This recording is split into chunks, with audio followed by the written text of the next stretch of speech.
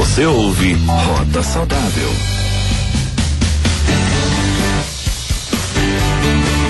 O dia 9 de dezembro é o dia do fonoaudiólogo.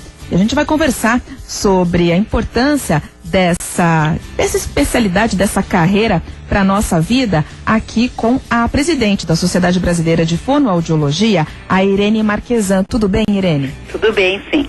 Bom, explica um pouquinho pra gente, né? Às vezes a gente não presta muito atenção no trabalho do fonoaudiólogo, mas qual é a importância hoje em dia da gente conseguir se comunicar e se comunicar bem? Muito bem, a fonoaudiologia é uma profissão como a medicina, a odontologia, que é onde nós estudamos 4 anos, né, na graduação, e depois vamos fazer algumas especializações como as outras profissões da área da saúde. Basicamente, o fonoaudiólogo, ele vai cuidar da comunicação, seja ela a comunicação oral ou seja a comunicação escrita. Como nós sabemos, nesse mundo de hoje, a comunicação é fundamental, porque sem ela nós não conseguimos atingir o nosso objetivo. Então a gente trabalha não só na comunicação quando há alguma doença, algum problema, como nós trabalhamos na comunicação de quem quer melhorar a sua maneira de falar, como artistas, políticos, cantores, seja quem for. Então, basicamente, nós fazemos isso. Não é só isso, a gente também reeduca funções orofaciais. Então, deglutição, a forma de engolir, mastigação, a parte respiratória, que é fundamental para que você tenha todos os órgãos da face em ordem, e também isso ajuda muito na tua comunicação. Às vezes nós trabalhamos com a deglutição em doenças. Talvez você já tenha ouvido dizer, aquela pessoa que tem um derrame e fica com dificuldade de comer, não só de falar. Então, ela pode ter uma disfagia, uma dificuldade de engolir e acaba sendo sondada. O fonoaudiólogo vai trabalhar também com esse paciente dentro do hospital. A fonoaudiologia, ela tem muitas divisões e vários lugares de trabalho. Dentre eles, hospitais, clínicas, teatros. Então, o fonoaudiólogo realmente está preparado para trabalhar com diferentes momentos e áreas aí da vida da pessoa, e para isso ele precisa fazer especialização. Então, na maior parte das vezes, o fonoaudiólogo se dedica mais a uma área do que outra. A gente não pode esquecer que existe a parte de audição. Então, o que seria isso? Eu, para poder falar, eu preciso ouvir.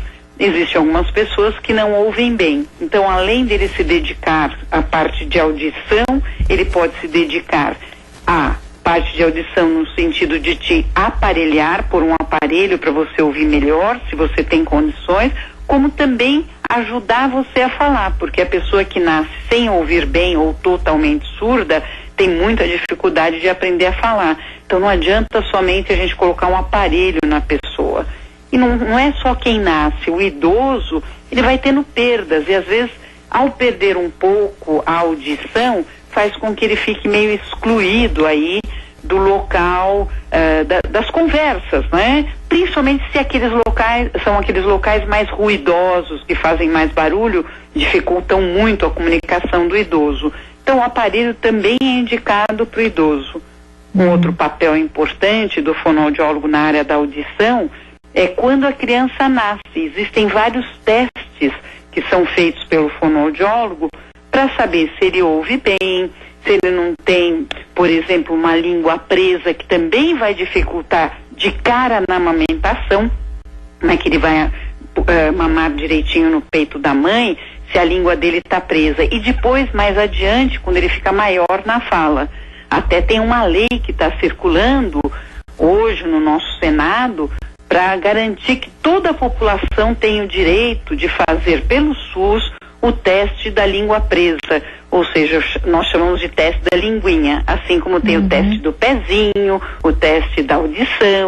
Então, esses testes são praticados aí da audição e da língua pelo fonoaudiólogo, e a gente espera que até o final desse ano essa lei seja aprovada aí pela nossa presidente Dilma, para que todas as crianças do Brasil tenham o direito de fazer esse teste gratuitamente, se a língua estiver presa, que tenham como resolver, porque o SUS já garante que ela possa ter a cirurgia da língua, mas não garante ainda que o teste seja obrigatório. Bom, e essa, como você falou, né, uma conquista recente e importante.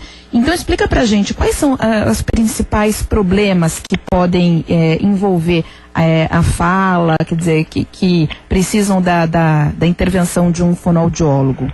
Então, a fala, ela tem várias causas de alteração, né? Vamos supor que você não tem dente, ou que a sua língua é presa, ou que o seu dente não está bem posicionado um com o outro. Essas causas são chamadas de mecânicas. Então você não vai falar bem por isso. Por exemplo, se eu falo com a minha língua entre os dentes e começo a falar assim, o que acontece? A minha articulação já não ficou tão boa como era antes. Então eu tenho causas chamadas mecânicas. Eu tenho causas neurológicas também. Então, se eu tive um derrame, eu posso ter um problema lá no meu cérebro que não permite que eu fale bem também. Então, existem as causas neurológicas.